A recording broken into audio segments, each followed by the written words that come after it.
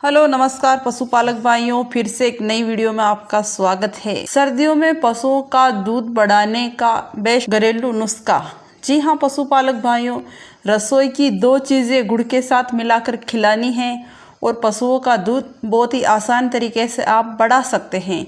तो पशुपालक भाइयों, गुड़ के साथ आपको रसोई की ये दो चीज़ें क्या मिलानी है और किस तरह से इसको देना है और कौन से समय पर देना है, पूरी जानकारी दूंगी पशुपालक भाइयों। इसको जो है पशुपालक भाइयों, बनाने का तरीका भी बहुत ही आसान है और खिलाने का तरीका भी बहुत ही आसान है। आप बहुत ही आसानी से अपने गाय भैंस को ये फॉर्मूला खिलाकर बहुत ही आसानी से आपकी गाय भैंस का दूध आप बढ़ा सकते हैं।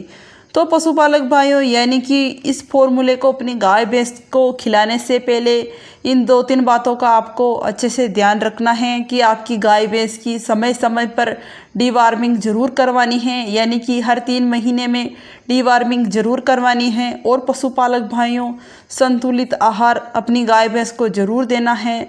संतुलित आहार में सभी अनाज होते हैं, जैसे कि मक्का, जौ, बाजरा, गेहूँ, चावल, जैसे कि खली वगैरह होती है, सरसों की खली, बिनोले की खली, जैसे एनर्जी बूस्टर होता है, जैसे कि नमक, मीठा सोडा, मेथी, इस तरह का संतुलित आहार अपनी गाय भैंस को जरूर खिलाना है। और पशुपालक भाइयों, गाय भैंस को जो है लिवर टॉनिक भी जरूर देना है। उसे क्या, हम कई प्रकार की दवाइयाँ देते हैं, उससे गाय भैंस का जो लीवर है बहुत ही कमज़ोर हो जाता है। गाय भैंस जो है अच्छे से चारा पानी नहीं खाती है, अस्वस्थ खड़ी रहती है, तो लिवर टॉनिक जरूर देना है। महीने में 10 दिन देना है। 50 ml सुबह को, 50 ml शाम को देना है। तो पशुपालक भाइयों, ये 2-3 चीज़ें आपको सबसे पहले करनी है, फिर बाद में पशुपालक भाइयों इस नुस्खे का अपनी गाय भैंस के ऊपर प्रयोग करना है। तो पशुपालक भाइयों, यानी कि इस नुस्खे को तैयार करने से पहले आप हमारे चैनल पर नए जुड़े हो तो चैनल को ज़रूर सब्सक्राइब करें और बेल आइकन को ऑन करें, क्योंकि हमारे चैनल पर मिलती है रोजाना पशुपालन से जुड़ी जानकारी। हर जानकारी और हर रोज नया वीडियो आपके पास पहुंचता रहे और हर रोज नए वीडियो का और हर जानकारी का आप भी अच्छे से फायदा उठाते रहें।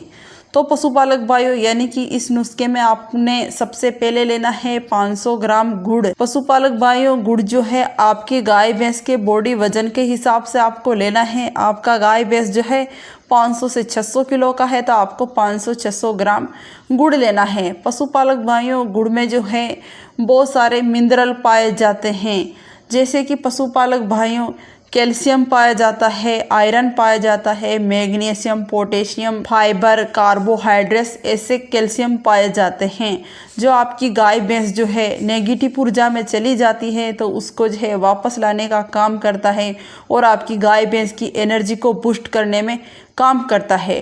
तो पशुपालक भाइयों, गुड़ जो है आपकी गाय भैंस के वजन के हिसाब से आपको लेना है। और पशुपालक भाइयों, इसके साथ आपको यानी कि 100 ग्राम मेथी लेनी है।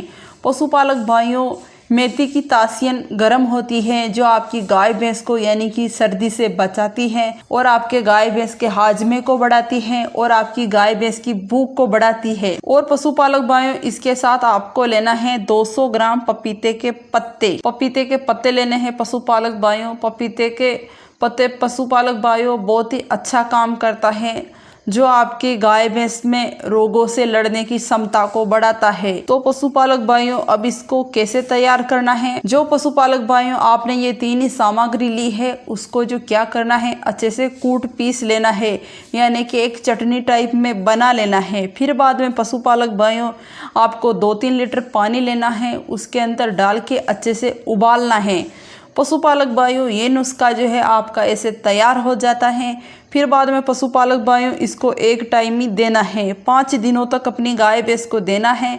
आपका गाय भैंस पशुपालक भाइयों ऐसे ही पीता है यानी कि खाता है तो बहुत ही अच्छी बात है, नहीं खाता है तो आपको क्या करना है कि एक नाल लेनी है और नाल की मदद से इसको पिलाना है। इससे आप यानी कि 5 दिनों तक अपनी गाय भैंस को खिलाते हैं तो आपकी गाय भैंस जो है भरपूर मात्रा में दूध उत्पादन करेगी। तो पशुपालक भाइयों, जिस तरह से मैंने ये यानी कि नुस्खा बताया है, उसी तरह से आप इस नुस्खे का प्रयोग करते हैं अपनी गाय भैंस के ऊपर, तो आपकी गाय भैंस जो है बहुत ही अच्छा खासा दूध देने लग जाएगी।